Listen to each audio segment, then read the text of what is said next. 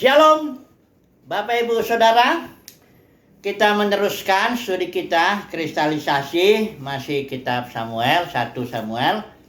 Dan kita ambil tema kali ini di pasal 25 mengenai Daud, Nabal, dan Abigail.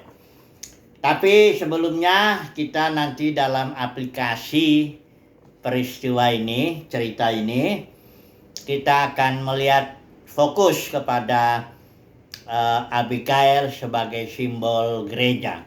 Karena kita mengatakan Adam itu gambaran dari, di surat Roma dikatakan Adam itu gambaran dari dia yang akan datang. Maksudnya gambaran Kristus Yesus. Simbol Adam itu. Nah, kalau Adam itu simbol Kristus Yesus dan gereja itu mempelai, berarti istrinya Adam ini Hawa itu juga simbol daripada gereja. Jadi maksudnya kita melihat dalam perjanjian lama, karena kita perjanjian lama ini adalah simbol-simbol ya tentu nubuat juga ya. Tapi realita daripada perjanjian lama, daripada simbol-simbol itu sesuai Kolose 2 ayat 17 itu adalah Kristus. Baik Kristus kepala maupun Kristus tubuh, yang adalah mempelainya adalah gereja. Jadi tiap perempuan sebenarnya dalam perjanjian lama ini merupakan simbol gereja yang menjelaskan hanya satu atau dua aspek tertentu dari gereja. Sebagai contoh, Adam ini simbol dari Kristus sebagai kepala manusia. Kristus juga kepala manusia kedua itu. Nah, Hawa ini simbol dari gereja yang berasal daripada kepala, daripada Kristus. Karena Hawa ini diambil dari chamber atau ruangan atau rahimnya Adam, baru Tuhan bangun perempuan. Jadi gereja berasal dari Kristus ya. Karena begitu juga kan Yesus mati, bangkit, naik ke surga, dia bilang jikalau biji gandum itu tetap satu, nggak mati, dia tetap satu. Tapi dengan cara dia mati, bangkit, dia menghasilkan banyak buah. Jadi biji gandum yang tadinya satu itu, Kristus itu menjadi banyak. Biji gandum, kita ini biji gandum yang berasal dari biji gandum yang satu itu.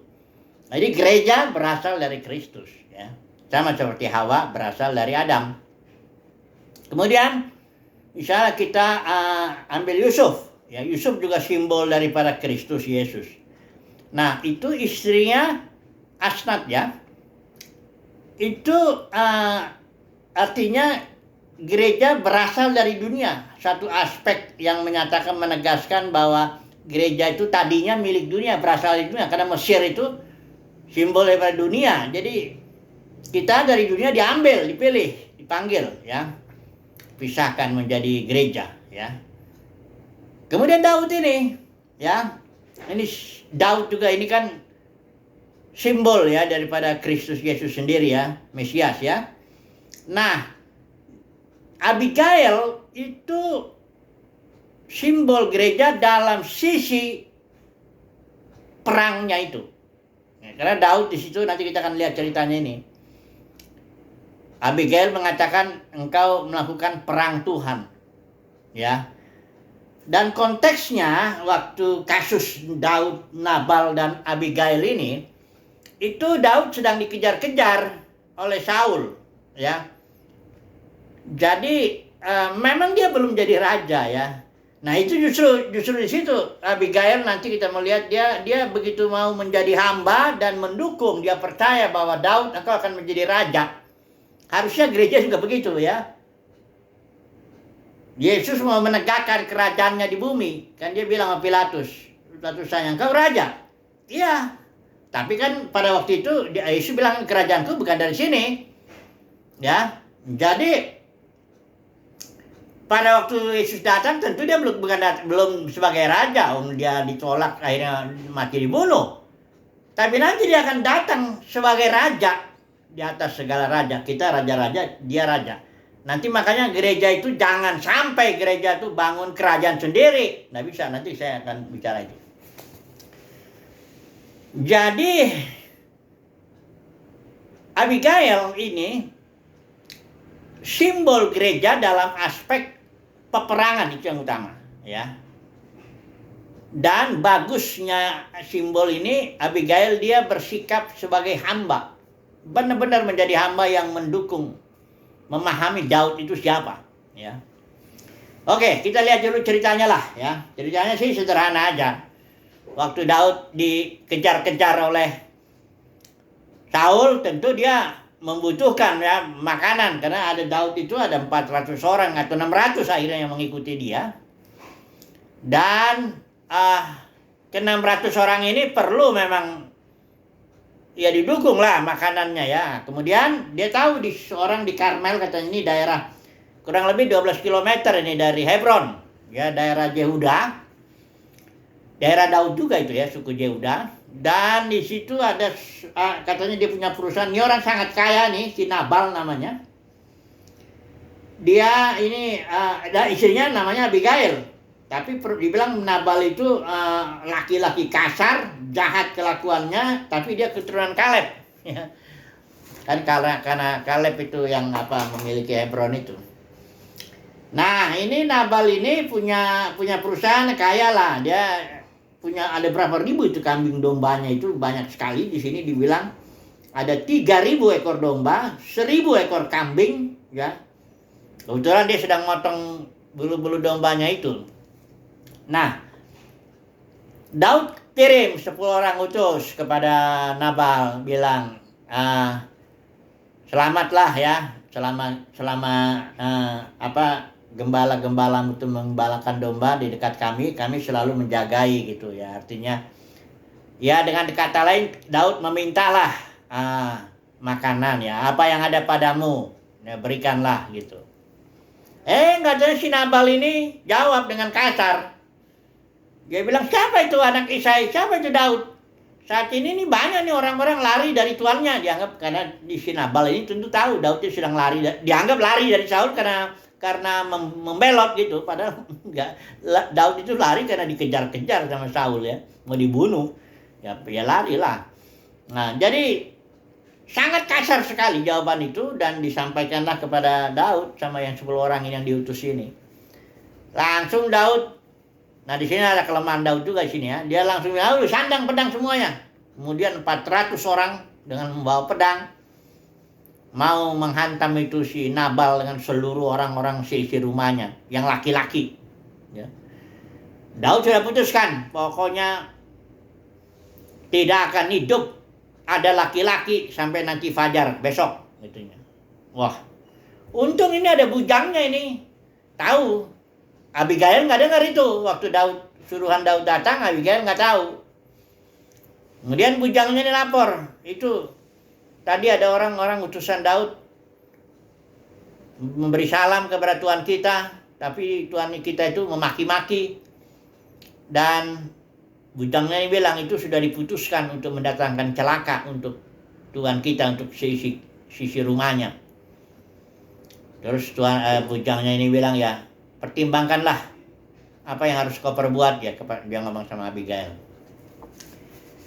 Langsung Abigail bertindak ya.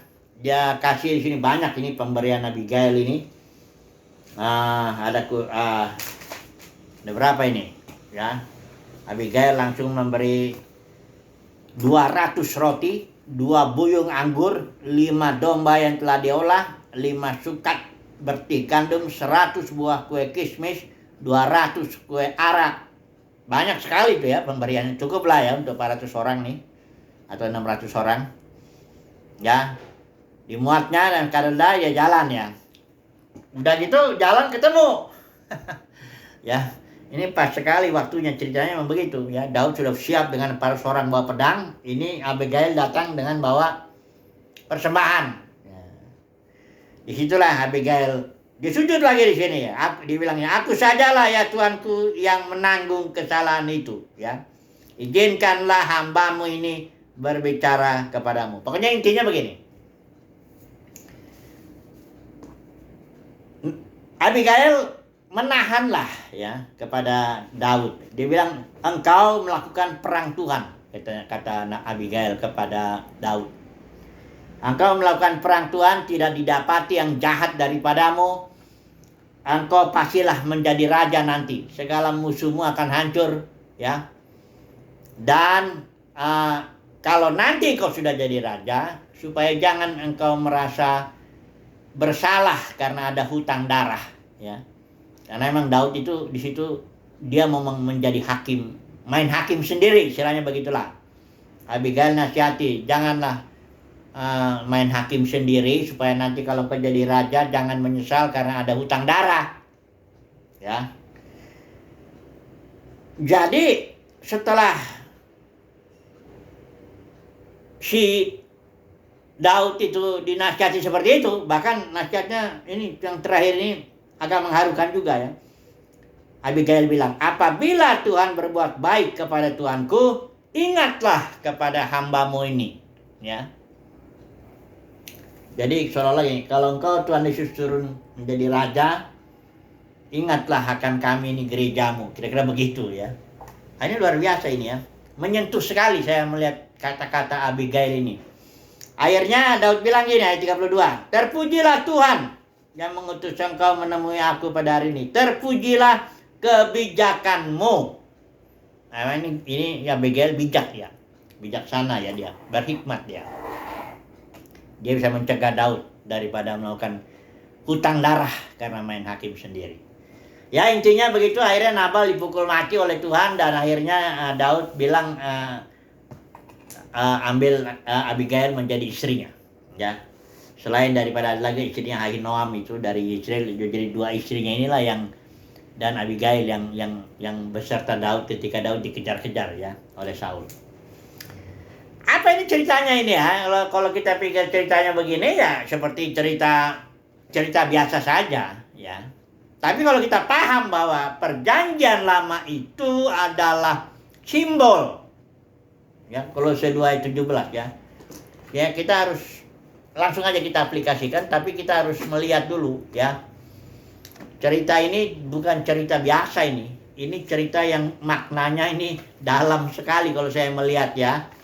Coba dulu kita buka dulu Kolose, ya, sebelum kita aplikasikan satu persatu. Nanti kita melihat bagaimana Abigail, begitulah seharusnya gereja, gitulah, terhadap bagaimana Abigail itu bersikap kepada Daud, demikianlah harusnya gereja bersikap kepada Yesus Kristus, ya, seperti itu, ya. Nah, karena di sini ya, coba dulu kita mulai dari Kolose dulu, ya. Kolose pasal 2 ini hal-hal yang sudah kita bahas sebenarnya, ya. Udah kita sudah dikristalisasi di sini, ya. Kolose dikatakan pasal 2 ayat 17 ini, semuanya ini artinya yang aturan-aturan perjanjian lama, ya, mengenai makanan, minuman, hari raya, bulan baru, hari Sabat, ya, mengenai cerita-cerita dalam perjanjian lama itu, semuanya ini, ayat 17 bilang, hanyalah bayangan dari apa yang harus datang, sedang wujudnya ialah Kristus, ya, seperti yang sudah saya bilang tadi. Nah, mari kita mulai lagi dulu dengan perang Tuhan ini, ya. Abigail bilang itu, tunggu dulu, ya, kita lihat dulu, bolak-balik jadinya, ya. Abigail bilang, engkau melakukan perang Tuhan, ya. Ini dulu sebentar, ya, saya harus tahan ini kalau begitu. Ini harus Abigail satu-satu dulu, kita lihat dulu perang Tuhannya ini dulu, ya. Abigail, jadi ini dia bilang gini, ya, ayat yang ke-28, dibilangkannya, ampunilah kiranya kecerobohan hambamu ini, sebab pastilah Tuhan akan membangun bagi tuanku keturunan yang teguh, karena tuanku ini melakukan perang Tuhan. Nah, ini dia perang Tuhan. Apa ini artinya melakukan perang Tuhan, ya? Artinya Daud memerangi musuh-musuh Tuhan seturut kehendaknya, yaitu 7 bangsa itu, ya. Selama Israel berperang dengan 7 bangsa, itu memang kehendak Tuhan, kehendak Yahweh bagi Israel. Karena tanah perjanjian itu memang sudah diserahkan kepada Israel. Malah kalau Israel nggak berperang dengan 7 bangsa itu, artinya mereka bergaul, kawin mengawin, malah ikut-ikut menyembah berhala sama seperti bangsa-bangsa, itu malah nggak melakukan perang Tuhan. Jadi Israel kalau memerangi 7 bangsa itu Israel melakukan perang Tuhan. Nah, Daud ini melakukan perang Tuhan sesuai kehendak Bapa itu, kehendak Yahweh ya. Jadi bagaimana artinya kalau gereja ini, artinya Abigail kan akhirnya dia bergabung kan sebagai istrinya, ya ikut juga melakukan perang Tuhan juga ya, walaupun dia tidak berperang seperti Daud berperang dengan pedang, tapi pemahaman Abigail itu bahwa gereja juga berarti harus melakukan perang Tuhan juga ya, untuk menegakkan Daud ini menjadi raja akhirnya kan gitu ya. Sebagai hamba, gereja harus melakukan perang Tuhan sampai Yesus menjadi raja di atas segala raja, kira-kira begitu. Ini fungsi gereja sebagai, katakanlah, melakukan perang Tuhan ini yang perlu kita pahami dulu ya. Coba dulu kita tarik mundur dulu rencana Tuhan itu kepada manusia itu ketika dia menciptakan manusia. Kejadian 1 ayat 26 sampai 28 itu. Baiklah, kata Bapa di surga, baiklah kita menjadikan manusia serupa segambar dengan kita, itu satu. Supaya mereka berkuasa atas segala sesuatu. Maksudnya di bumi ya, terutama. Karena diletakkan di bumi itulah kehendak Tuhan itu. Dan disuruhlah manusia perintah, taklukkanlah semua itu yang di bumi. Ya, menaklukkan segala sesuatu yang di bumi. Nah, menaklukkan itu, kalau istilah daripada Ibrani itu kabas, yang sering saya sebut itu, artinya menginjak. Menginjak itu karena ada musuh. Jadi kalau gereja itu memang harus berperang menginjak musuh. Karena Tuhan menaruh musuh. Musuhnya pun berbentuk kerajaan gelap, kerajaan setan, kerajaan iblis. Ya. Dan bagaimana caranya ini berperang? Ya tentu Yesus itu datang mati bangkitnya ke surga, dia berdirikan gerejanya. Aku akan mendirikan gerejaku, kata Tuhan Yesus. Dan pintu alam maut gak berkuasa. Karena iblis itu sebenarnya kan dia yang berkuasa atas maut. Artinya gereja ini akan menang perang sepanjang gereja itu mengikuti apa yang diinginkan oleh Tuhan Yesus itu. Saya beri contoh langsung satu. Gereja haruslah, Yesus bilang ini, jangan ada seorang pun di antara kamu pemimpin. Itu pertama Yesus bilang, Matius 23, itu sudah lihat ya.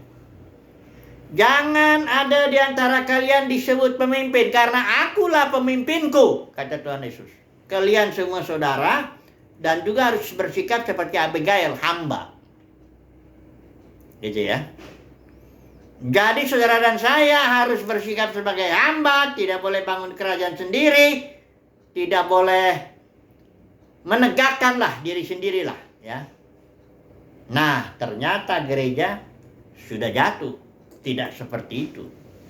Gereja malah, kata Kisah para Rasul 20 ayat 30 itu, Paulus bilang kepada para penatua Efesus, dari antara kalian akan ada beberapa orang karena serangan serigala ganas, kalian akan membuat ajaran palsu dengan maksud narik murid-murid dari jalan yang benar kepada diri kalian sendiri. Para pemimpin ini yang tadinya harusnya memperlengkapi saja, tapi kemudian dia menarik kepada dirinya, gereja jadi dipecah, ditarik-tarik, dan menjadi kerajaan-kerajaan manusia itu. Kerajaan si pemimpin itu. Kerajaan inilah itu yang disebut denominasi. Karena denominasi itu kerajaan. Itu kerajaan yang dibangun oleh para pemimpin itu. Ya. Kerajaan ini namanya ada yang berdasarkan nama orangnya, pemimpinnya itu. Ada yang berdasarkan nama aliran, ada yang berdasarkan nama sistem pemerintahan manusianya, presbiterian, episkopal. Ada yang berdasarkan macam-macam, ajaran tertentu, misalnya Roh Kudusnya, pencurahan atau Roh Kudus, ya kalau Pantekosta, ada apa macam-macam lah. Gereja mempelai lah, sesuai pengajarannya lah, ya. Itu kerajaan semua. Dari mana itu datangnya itu? Yang tadinya organisme gereja ini, tadinya gereja itu sebagai organisme, dia itu menghadirkan kerajaan sorga, menegakkan kerajaan sorga di bumi, supaya kerajaan sorga itu akan menaklukkan segala sesuatu. Ya, gereja itu menghadirkan kerajaan sorga, dan akhirnya kerajaan dunia akan menjadi kerajaan Tuhan dan yang diurapi, ditaklukkanlah. Benar, gereja dalam 200 tahun menurut sejarahnya itu sudah menaklukkan dunia yang dikenal pada waktu itu. Akhirnya dunia politik itu, Kaisar Konstantin tahun 313 itu menerima Yesus sebagai Tuhan. Ya. Gereja menaklukkan, ini ada buku bagus ini. Gereja seharusnya menaklukkan, dikatakan di sini ya, ini apa? Seven Mountains ini, Michael Maiden, ini udah diterjemahin. Ini bahasa Indonesianya. Ada 7 gunung katanya. Gunung katanya menggambarkan otoritas kerajaan. Jadi gereja harusnya menaklukkan keluarga, menaklukkan gereja itu sendiri sebenarnya. Menaklukkan, ini masih pengertiannya, ini masih denominasi nih. Menaklukkan dunia bisnis, kerajaan pemerintahan, kerajaan pendidikan, kerajaan seni dan hiburan, kerajaan media, gitu ya. Gereja nggak boleh memisahkan. Nah ini sekarang karena gereja sudah, para pemimpin ini ngajarin dengan ajaran palsu itu, Nikolaus dibelah gereja jadi 2. Nikolaus itu ajaran Nikolaus. Jadi ini kami katanya kaum imam, ya, atau orang Lewi tadi yang menyebut apapun itu, atau dia bilang kami pendeta ngurusin hal-hal yang rohani. Kalian jemaat atau umat berurusanlah kalian dengan dunia, cari uang, ya. Tadi engkau bekerja di dunia bisnis atau dunia media atau pendidikan atau pokoknya urusan kalian lah itu, urusan kami yang rohani katanya. Sehingga gereja tidak kuat lagi. Udah, karena yang pertama gereja udah pecah menjadi ribuan denominasi, kekuatannya merosot sekali. Ya. Dan gereja bukannya menghadirkan kerajaan sorga yang sudah raja, malah gereja membangun kerajaan sendiri. Nah ini dia. Bagaimana? Kerajaan-kerajaan kecil itu, denominasi mau menaklukkan dunia, nggak bisa lagi. Ya, malah dunia itu yang merembes ke dalam gereja, akhirnya menjadi dunia kekristenan. Itulah istilah Yohanes itu, kosmos. Yang dipakai Rasul Yohanes itu, yang dimaksud dunia keagamaan itu, yang udah jatuh itu. Ya. Jadi saya melihat, dan memang benar bahwa para pemimpin inilah yang menjadi faktor penentu kenapa gereja pecah menjadi, akhirnya gereja jadi bangun kerajaan sendiri-sendiri, ya, para pemimpin ini. Karena para pemimpin itu dalam Efesus 4 itu jelas disuruh hanya memperlengkapi saja. Jangan coba-coba tarik murid kepada dirimu sendiri. Jangan coba-coba bangun kerajaan sendiri dengan ajaran palsu, kau tarik murid kepada dirimu, juga tarik uangnya tentu. Karena uang itu perlu untuk bangun kerajaan, itu kan perlu uang. Perlu bangunan untuk gedung, perlu untuk kebutuhan ini itu. Gereja mula-mula enggak begitu. Ini organisme itu, mereka itu coba lihat ya, fungsi pemimpin ya. Kita ulangi dulu sebentar ya, kita ambil dulu dari Kolose ini. Fungsi pemimpin organisme, bukan organisasi ya. Pemimpin organisme ini benar-benar sebagai hamba. Dalam arti yang sebenarnya, Petrus, Paulus, Rasul Yohanes dan semua rasul-rasul itu betul-betul hamba dalam arti yang sebenarnya. Ya. Lain dengan ini yang sekarang memimpin denominasi. Ini manajer ini. Ya. Kenapa saya bilang manajer? Nggak bisa dibilang hamba lagi. Karena dialah yang sebenarnya yang menentukan, yang punya otoritas. Ya, dia bisa pecat, bahkan wakilnya pun dia bisa pecat. Ya. Dialah yang memegang aset itu. Dialah yang pedangnya semuanya dia kok. Ya, memang itu kerajaannya. Ya. Memang dia yang bangun itu kerajaannya. Sehingga dia nggak mungkin jadi hamba. Ini manajer, ya. Sementara Petrus, Paulus, Rasul Yohanes itu hamba. Dia begini fungsinya. Mari kita lihat dulu dalam Kolose 2 ayat 10, ya. Dikatakan di sini ya. Ayat 18 ya. Janganlah kamu biarkan kemenanganmu digagalkan oleh orang yang pura-pura merendahkan diri. Ini para pemimpin palsu ini yang menarik murid-murid kepada dirinya, dibilang orang yang pura-pura merendahkan diri dan beribadah kepada malaikat dan sebagainya itu.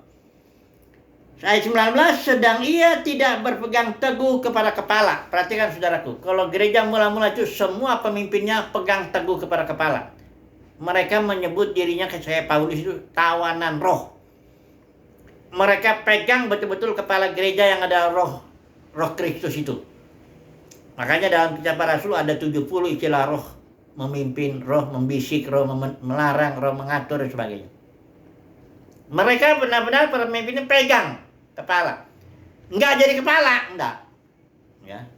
Mereka benar-benar memegang kepala, yaitu roh Kristus. Dikatakan di sini, dari mana seluruh tubuh yang ditunjang dan diikat menjadi satu oleh urat-urat dan sendi-sendi. Ini dia. Pemimpin itulah urat-urat dan sendi-sendi. Apa fungsinya? Untuk menunjang dan mengikat. Nah, ini saya lihat ya. Pertama, tugasnya menunjang. Ini istilah Yunani, kita lihat sebentar ini. Karena ini sudah kita bahas. Istilah Yunani menunjang itu epikoregeo, itu artinya mensuplai, provide, menyediakan, juga memulihkan. Cuma itu fungsinya, bukan menarik. Ingat ya, supply. Kemudian mengikat, fungsi kedua daripada pemimpin ini, urat-urat dan sendi, itu bahasa istilah Yunani sumbibazo, kata kerja juga, artinya to unite, to knit, menyatukan. Kalau narik murid kepada dirinya itu memecah. Saya perhatikan dulu sekali lagi. Para pemimpin yang narik murid dengan ajaran palsu kepada dirinya itu memecah tubuh. Alkitab bilang fungsi pemimpin organisme ini itu adalah menyatukan. Ya. Dikatakan di sini to put together in reasoning, artinya menyatukan bersama-sama dengan suatu alasan tertentu lah, ya, tujuan tertentu daripada gereja itu. Menyatukanlah intinya. Ya. Saudara bisa lihat nggak bedanya itu? Kalau para pemimpin denominasi itu dia dengan ajaran palsu menarik murid-murid kepada dirinya, itu memecah. Kalau pemimpin organisme mengikat, sumbibaso, ini artinya meletakkan bersama-sama atau menyatukan lah, ya, mengikat, menyatukan. Kenapa? Dia sebagai hamba soalnya. Kayak Abigail itu betul-betul menjadi hamba, sampai sujud jadi depan Daud itu, menyembah gitu. Waktu diminta, kau mau jadi istrinya, sujud dia. Aku mau menjadi hamba bagi itu, ada perhatikan Abigail ini ya. Ini sampai dia bilang, aku bahkan mau membasuh kaki apa itu, hamba-hamba tuannya itu, hamba-hambanya Daud itu mau dia membasuh kakinya. Itu ada lihatnya. Waktu Daud bilang Daud kirim utusan mau untuk mengambil engkau menjadi istri, terus si Abigail itu sujudnya begini. Ayat tadi mana sih? Ini ya. Ini dia. Nah, dikatakan ayat 41, sesungguhnya hambamu ini ingin menjadi budak yang membasuh kaki para hamba Tuanku itu. Bayangkanlah ini Abigail. Seharusnya begini nih gereja nih. Para pemimpinnya khususnya jadi budak. Jadi hamba. Jangan jadi manajer. Kalau manajer itu fungsinya tuh, tahu kan? Organizing, planning, organizing, leading, controlling. Ini manajer nih fungsinya. Lihatlah para pemimpin Indonesia kan melakukan ini semua, ya. Dia mengatur, menjadi Manajer lah, pemimpin lah, ya bukannya hamba itu. Kalau hamba itu namanya, kalau hamba tuh ya ini memperlengkapi aja, jadi budaknya. Beda banget deh, pokoknya spiritnya tuh beda lah, beda banget. Ini penyebabnya nih gereja bagaimana mau melakukan perang Tuhan, nggak bisa. Denominasi yang gereja yang udah pecah jadi ribuan denominasi itu nggak bisa lagi melakukan perang Tuhan. Waktu gereja menjadi sebagai organisme, gereja mula-mula, itu dia baru bisa melakukan perang Tuhan. Kalau sekarang, kadang-kadang malah denominasi dengan denominasi berperang masing-masing. Makin pecah, makin ribut. Udah. Abigail, jadi gereja yang Abigail ini simbol daripada gereja yang benar. Yang menjadi hamba, para pemimpinnya budak. Dan menegakkan Daud itu menjadi raja, atau mendorong Yesus itu menjadi raja. Bukan dia jadi raja. Oke lah, kesimpulannya apa ini? Kesimpulannya ya, saya yakin sih umat pilihan Tuhan itu seperti Abigail. Umat pilihan Tuhan mendapat kasih karunia untuk berlaku seperti Abigail. Jadi hamba dia, mendukung Yesus sebagai raja, ya. Dengan hikmatnya dia bisa melakukan perang Tuhan. Wah, pokoknya udah begitulah. Ya itulah ya. Haleluya. Amin.